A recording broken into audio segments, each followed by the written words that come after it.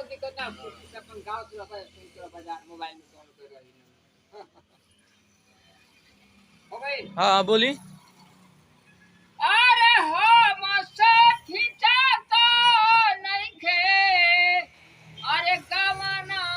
के छाड़ी हमके साड़ी रे चाही, को बोले फींची गवना के छाड़ी हमके साड़ी रे चाही, साझे कोठी आईली हो त फजीरे धइले बगाड़ी हमके साड़ी रे चाही, कबले फींची गवना के बाबा छाड़ी हमके साड़ी रे चाही, अरे नैहरा के साया साड़ी, अरे ओढ़ना बिछवना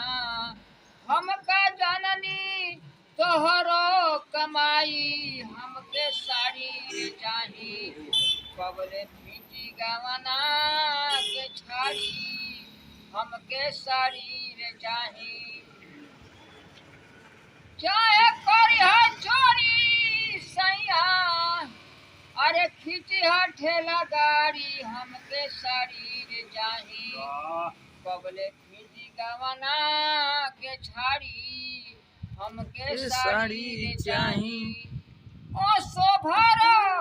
नहीं लगी है, अरे घर में केवाड़ी हमके साड़ी रे चाही, कबले फींची गवना